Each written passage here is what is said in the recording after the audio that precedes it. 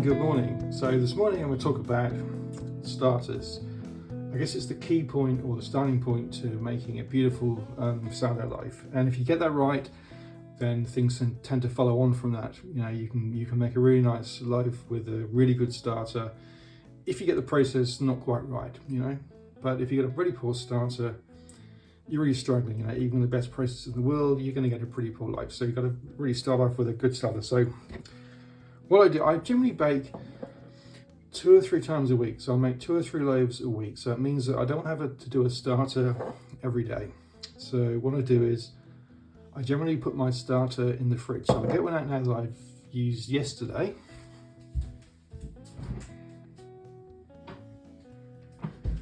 And what I generally have is I leave enough in the jar. So it's kind of like almost like I don't know if you can see it, just kind of scraping. So very little in there, maybe less than 10 grams of starter in there, and that's been in the fridge since yesterday. And this would actually stay in the fridge fine for a few days, a week, so you can keep your starter going and then you can build it up. So this morning I'm going to make a loaf of bread.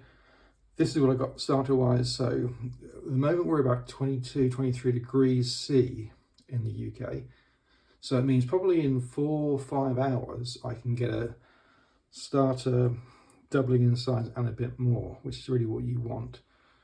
So your starter time to develop will depend on the temperature. If you're 18 degrees or around about there, 17 degrees, you might want to put it out overnight to do. Anyway, at the moment there, I'm going to just show you what I do normally to make a loaf of bread when I've got just the scrapings from a jar to make a starter. So I use the golden ratio, which is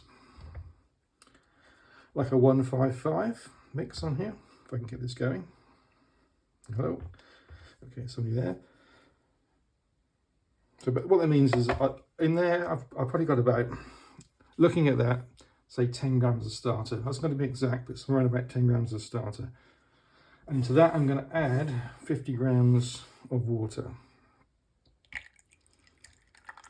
What I would say to people when you're making a starter is, if you can use filtered water, like water that comes out your tap is like chlorinated, fluoridated, so that's trying to kill bacteria. And what you're trying to do here is like grow the good microbes in there. So tap water is not really your friend for making a starter. You know, you can use it, but you're going to get better results if you got healthier filtered water. So there you go, 50 grams of water there.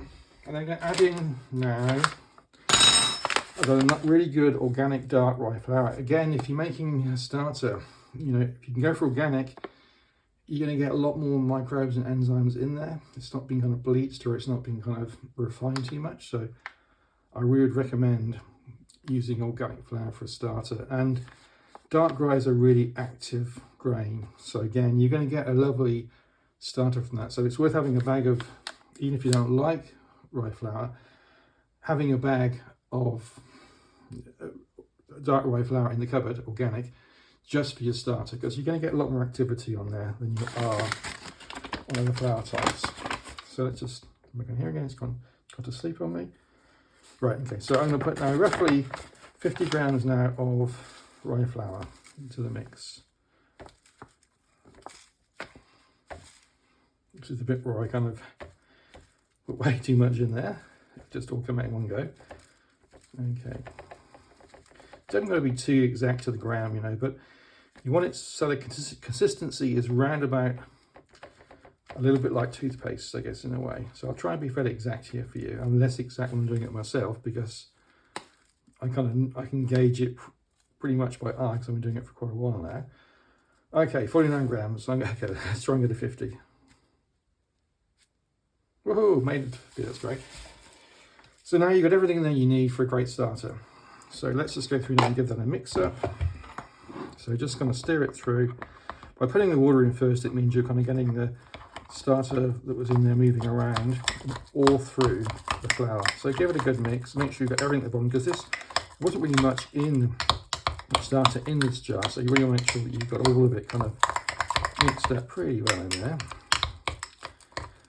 And that should then be it. So and just kind of clean up the jar. What I do then is I tend to clean up the jar just so I can, for you particularly, I'll show you, I can kind of show you as it grows.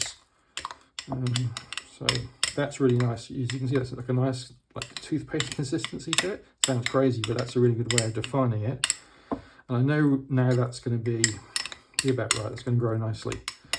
So what I do as well, just to kind of check things, I then say get an elastic band and just put that round. So then, you know, you've got a visual representation there of, you know, whereabouts you've started.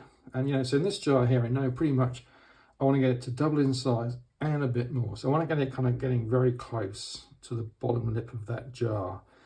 That means I've got a great starter. So now just put a loose lid on there, kind of loosely, don't put it tight, and put it somewhere in your house that's quite warm. You know, if you've got a sunroom or like a computer going that's quite warm, put it by that, and you should then get 4 or 5 hours. You should go doubling in the size of your starter.